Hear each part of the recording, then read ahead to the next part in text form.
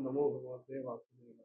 अहो आचरितं किं मे मंगलम मंगलायनः यस्यो दर्शनं ध्यासीत दुर्दर्शानांच योगिभिः। महाराजा पृथु ह्या नित्य पंचवर्षीय वय असलेल्या सनत कुमारांशी बोलताना म्हणाला, महाराज आपण मंगलमूर्ती आहात, आपण मुनीश्वर आहात. आपलं दर्शन तर मोठमोठ्या योग्यांना सुद्धा दुर्लभ असतं, दुर्मिळ असतं. अशा परिस्थितीत माझ्याकडनं काय असं पुण्यकर्म घडलं असावं की ज्याच्यामुळे आपण स्वतः मला दर्शन द्यायला उपस्थित झालात. ज्या कुणावर ब्राह्मण किंवा भगवान शंकर, भगवान विष्णू आपल्या अनुचरांसह प्रसन्न होतात,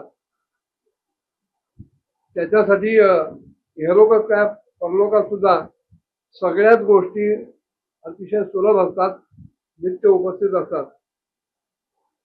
त्यांना दुर्लभ असं काय असणार? हा जो दृश्य प्रपंच आहे त्याचं जे की कारण आहे महत्त्वादी, ते कारण जरी सर्वगत असलं, सर्वत्र उपस्थित असलं तरी सुद्धा ते कधीही सर्वसाक्षी अशा आत्म्याला जाणू शकत नाही, पाहू शकत नाही. आणि अशा प्रकारे जरी आपण सगळ्या लोकांमध्ये सतत संचार करत असतात तरी सुद्धा जे अनधिकारी लोक आहेत, जे अपात्र लोक आहेत, त्यांना मात्र आपलं दर्शन घडत नाही, ते आपल्याला पाहू शकत नाही. अधना अपि ते धन्या साधवो ग्रमेजना यद्ग्रहा ह्यर्ह वर्यांबु तृणभूमीश्वराश्वराः. ज्यांच्या घरात आपल्यासारखे पुण्यपुरुष, पूज्य पुरुष, त्यांच्याकडनं तृण, पृथ्वी प्रत्यक्ष मालकाकडनं किंवा त्यांच्या सेवकाकडनं स्वीकार करतात, असे ते गृहस्थ जरी एरवी धनही नसले, दरिद्री असले, गरीब असले तरी सुद्धा ते धन्य आहेत. पण याच्या उलट ज्यांच्या घरात कधीही भगवत भक्तांच्या चरणतीर्थाचे शिंतोडे सुद्धा उडत नाहीत, अशी माणसं कितीही श्रीमंत असली, वृद्धिसिद्धीनी परिपूर्ण असली तरी सुद्धा त्यांच्याकडे अशी सिद्धता नसते, त्यांना असं मूल्य मिळत नाही. उलट एखाद्या केवळ सापांचं वसतिस्थान असलेल्या वृक्षासारखे ते असतात. स्वागतम द्विजश्रेष्ठा यद्व्रतानि मुमुक्षवः चरन्ति श्रद्धया धीरा बाला एव ग्रंथी. तुलसी महाराज जे म्हणाले की एखाद्या दरिद्री गृहस्थाकडे सुद्धा जरी काही नसलं आणि तरी त्याच्यात त्यांनी दिलेलं अन्न पाणी घेतलं तर त्याला धन्यता मिळते. आणि एखाद्या समृद्ध व्यक्तीकडे परम अशा भगवत भक्तांच्या चरणतीर्थाचा शिंतोडा जरी उडला नाही तरी त्यांची ती समृद्धी मूल्यहीन ठरते. याच्या संबंधात एक अतिशय योग्य असं सुभाषित आहे, यस्य गेहे यतिर्भुंक्ते तत्र भुंक्ते स्वयं हरिः, यस्य गेहे हरिर्भुंक्ते तत्र भुंक्ते जगत्प्रेम. ज्याच्या घरी एखादा विधिवत संन्यास घेतलेला परमादरणीय विरक्त अनासक्त असा यती भोजन करतो, तेव्हा त्याचा अर्थ असा आहे की तिथे साक्षात भगवंत जेवत असतो. आणि ज्याच्या घरी साक्षात भगवंत जेवतो त्याचा अर्थ आहे की तिथे सगळं भुवनत्रय जेवायला उपस्थित झालं. ह्या आशयानं, ह्या भावनेनं पृथु महाराज सनकादी कुमारांची बोलतायत आणि म्हणाले की मुनीश्वरांनो, आपलं स्वागत आहे. आपण चौघेही बाल्यावस्थेपासूनच मुमुक्षुजनांचा मार्ग अनुसरत आहात आणि अत्यंत एकाग्र चित्तानं ब्रह्मचर्याची महान व्रतांचा आपण सांभाळ करताय, आपण त्या ब्रह्मचारी व्रताचं पालन करताय, अत्यंत श्रद्धेने ते पाळताय. आमच्यासारखी माणसं आपणासारख्या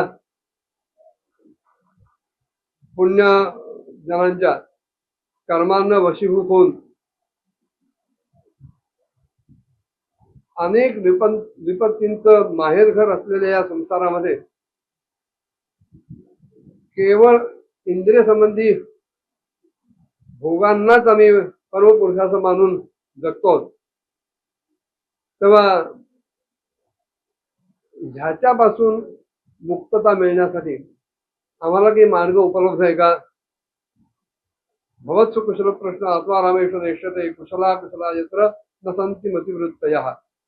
असं आहे की जेव्हा दोन साधूजन समोरासमोर येतात तेव्हा त्यांच्यातलं जे संभाषण असतं किंवा त्यांच्यामध्ये जी काही विचारपूस होते, बातचीत होते, ही आजूबाजूच्या सर्व लोकांच्या सर्व कल्याणासाठी होते. तिथे हवा पाण्याच्या गप्पा कधी होत नाही. राजा तेच म्हणतोय की आपल्यासारख्या लोकांना साधे कुशल प्रश्न विचारणं हे की योग्य नाही. कारण आपण तर सदैव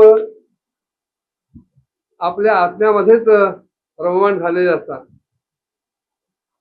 आणि त्यामुळं तुमच्यासाठी अमुक एक गोष्ट खुशालीची आहे, अमुक एक गोष्ट खुशालीची नाही, असं कधी संभवतच नाही. तदहं कृत विश्रंभा सुहृदो तपस्विनां समृद्धे भव येत असून क्षेम केनान्यता होईल. तेव्हा या संसार रूपी वळव्यामध्ये भाजून निघालेले आम्हाला जर परमस्वरूप कोणी असेल तर आपल्यासारखी पुण्यपुरुष मंडळीच असतात. आणि म्हणून आपल्यामध्ये पूर्ण विश्वास ठेवून, पूर्ण श्रद्धा ठेवून मी आपल्याला असं विचारू इच्छितो की या संसारामध्ये माणसाचं कुठल्या प्रकारे सुलभपणे कल्याण होऊ शकेल. व्यक्तमात्मवतात्मात्मा भगवान आत्मभावना स्वानाम अनुग्रहा एवं सिद्धरूपी चरत्या. कारण ही गोष्ट निश्चितच आहे की जे आत्मवान आहेत, जे धीर पुरुष आहेत, त्यांच्यामधल्या आत्म्यामुळेच ते प्रकाशित होतात आणि उपासकांच्या हृदयामध्ये आपलं स्वरूप ते प्रकट करत असतात. ते अजन्म असे भगवान नारायणच आपल्या भक्तांवर कृपा करण्यासाठी आपल्यासारख्या सिद्ध पुरुषांच्या रूपानं या पृथ्वीवर विचरण करत असतात. महाराजा पृथूंचं हे बोलणं ऐकलं आणि ते कसं होतं, मैत्रे सांगतायत, पृथोस्तत् सूक्तमाकर्ण्य सारं सुष्ठु मितं मधु स्वयमान एव प्रीत्या कुमार प्रतिवाच. की हे अतिशय युक्तियुक्त होतं, कुठेही तर्कदुष्ट नव्हतं, तर्क कठोर नव्हतं, पुरेशा गांभीर्याने उच्चारलेले शब्द होते, पणवीत होते, उगीच कुठेही पालहाळ लावलेलं नव्हतं, पत्रटपणा नव्हता बोलण्यात, आणि अतिशय नम्र आणि गोड स्वरामध्ये पृथू महाराज त्यांच्याशी बोलत होते. की हे बोलणं ऐकल्यानंतर सनत कुमार प्रसन्नच झाले आणि मग ते स्मितहास्य करीत उत्तरादाखल बोलायला लागले. ते काय बोलत होते पुढच्या भागात बघूया. ओम नमो भगवते वासुदेवाय.